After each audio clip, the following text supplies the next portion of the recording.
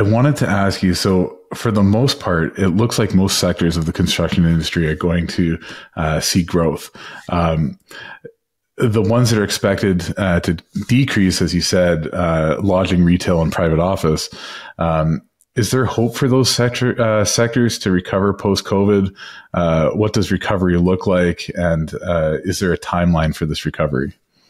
I think it's most difficult for the office sector that companies have largely failed to bring workers back full time, all workers. We're seeing reports on office occupancy stuck around 50%, and that's on the good days. On Fridays and Mondays, it may look like the office has been abandoned completely. And I'm not sure if that is going to change. Obviously, a company that has workers in only 3 days a week, they still need the office space for those workers, although they may not have every worker in on those days. So I do think that as leases expire, more firms are going to be moving to smaller spaces and putting more space on the market for sublease, or the landlords trying to find a new tenant. So that puts tremendous downward pressure on rents, and therefore banks are even less likely to want to lend money for office projects unless they can see that it's been pre-leased and that the developer is willing to put in much more equity than they were able to or needed to previously. So all of those things suggest that the office market will remain pretty dismal for a while. Now, multifamily housing is another one that I think is under quite a bit of stress. For several months, the Census Bureau has been reporting that the number of multifamily units under construction is at near record levels, but the number of starts and permits has been dropping at a year-over-year rate of 20 or 30%. So once these projects that are still being worked on get finished, I think we'll see a big drop-off in multifamily starts. But that doesn't mean that demand for housing has gone away.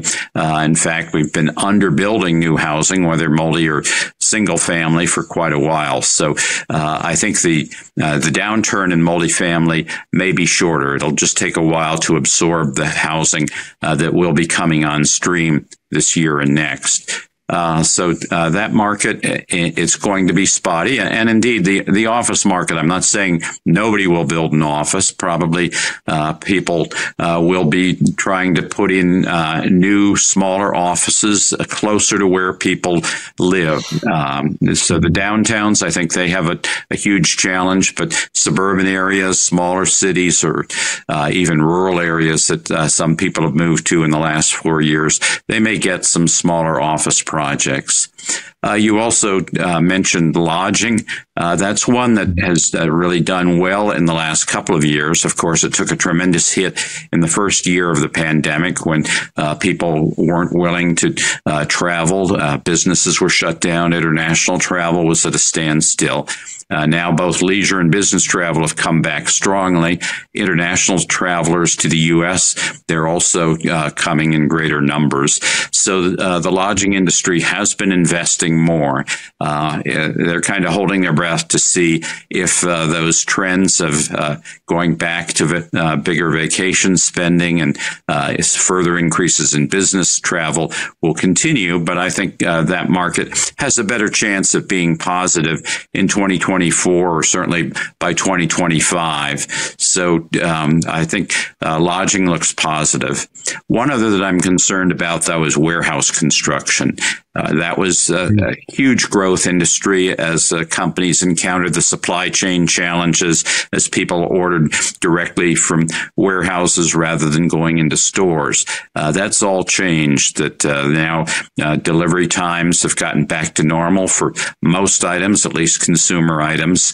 And so big retailers are saying, well, we don't need as much in storage. We can get it just in time. We don't need to store it just in case. And so I think nationally, warehouse construction will be declining in 2024. But again, there will be exceptions. We've seen a big pickup in traffic to ports like Charleston and Savannah.